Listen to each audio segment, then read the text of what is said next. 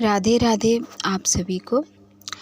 आज बुधवार का दिन है और कहा जाता है कि बुधवार का दिन गणाधीश गणपति गणेश जी का माना जाता है।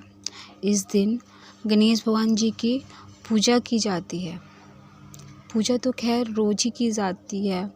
हर पूजा से पहले गणेश भगवान जी का पूजा किया जाता है। परम पूज्य प्रथम पूज्य भी हैं गणेश भगवान जी।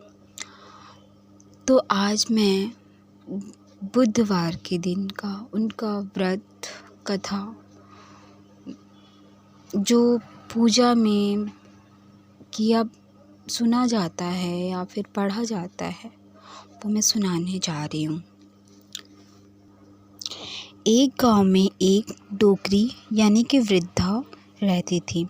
उसकी बहू थोड़ी सी पागल बावली जैसी रहती थी।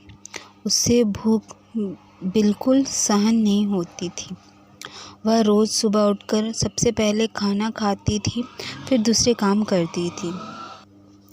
एक दिन उनके यहाँ पूजा होनी थी और पूजा के लिए खाना बनाना था।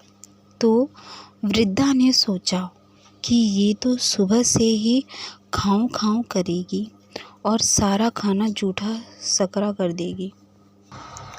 तो डोकरी ने एक उपाय सोचा। उसने पानी के मटके के नीचे एक छेद कर दिया और बहू से कहा कि आज पूजा है तो सुबह से खाओ खाओ मत करना। तू पहले पानी भर ला, फिर कुछ खा पी लेना।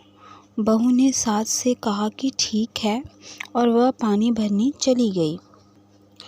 बहू पानी भरने कुएं पर आई तो उसने वहाँ पर सबसे पहले अपने साड़ी में बांधा आटा निकाला और पनघट पर उसे गूँथ लिया और उसकी बाटियाँ बना ली। वहीं पास में शमशान था, वहाँ एक मुर्दा जलाया गया था तो उसकी आँच में उसने वो बाटियाँ सेक लीं। और पास में एक गणेश जी का मंदिर था। मंदिर में किसी ने गणेश जी को छोला चढ़ाया था तो गणेश जी की तोन पर घी लगा हुआ था। उसने उसी घी से बाटियाँ चौपड़कर एक बाटे का भोग गणेश जी को लगाकर उसने वो बाटियाँ खा ली और उसके बाद आराम से घर गई।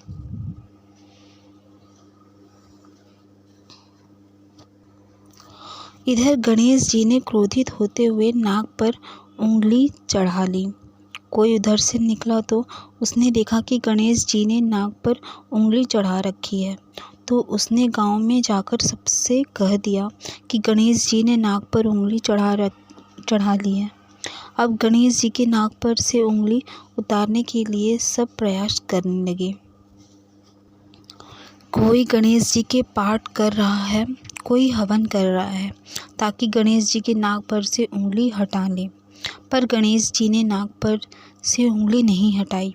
अब यह बात राजा तक पहुंच गई कि गणेश जी ने नाक पर उंगली चढ़ा ली। राजा ने बड़े बड़े पंडित और ज्योतिष बुलवाए, पर वे भी गणेश जी के नाक से उंगली नहीं हटा पाए। अब राजा ने पूरे राज्य में मुनादी करवा दी कि जो भी गणेश जी की नाक पर से उंगली हटाएगा उसे 5 गांव जागीर में दिए जाएंगे। अब राज्य के सभी लोग अपनी अपनी तरफ से प्रयास कर रहे थे, पर गणेश जी ने नाक से उंगली नहीं हटाई। सब थक हार गए। आखिर में डोकरी की बहू बोली कि माँ, सब आप कहो तो मैं गणेश जी की नाक से उंगली हटा सकती हूँ। तो डोकरी हंसने लगी कि बड़े बड़े पंडित और ज्योतिष तो गणेश जी के नाक से उंगली नहीं हटा पाए, ये कैसे हटा देगी। पर किसी ने कहा कि हो सकता है कि ये हटा दे, एक बार इसको भी प्रयास तो करने दो। और बहू को गणेश जी की नाक से उंगली हटाने के लिए प्रयास करने देने के लिए हाँ कर दी। बहू ने कहा, पर मेरी एक शर्त है कि मेरे घर से गणेश जी के मंदिर तक पर्दा लगाया जाए। तो लोगों ने कहा कि ठीक है। और उसके घर से गणेश जी के मंदिर तक पर्दा लगा दिया गया। अब बहू अपने घाघरे में मोगरी छिपाकर मंदिर गई।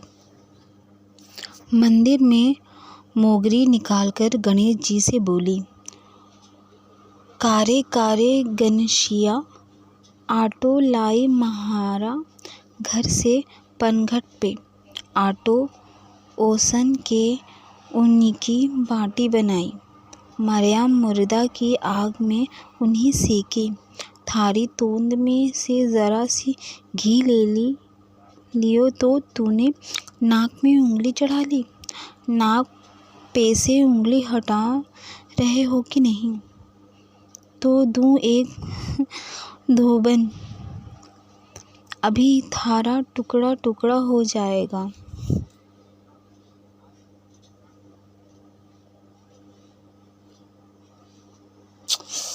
ये ना कहानी कुछ अजीब ही है।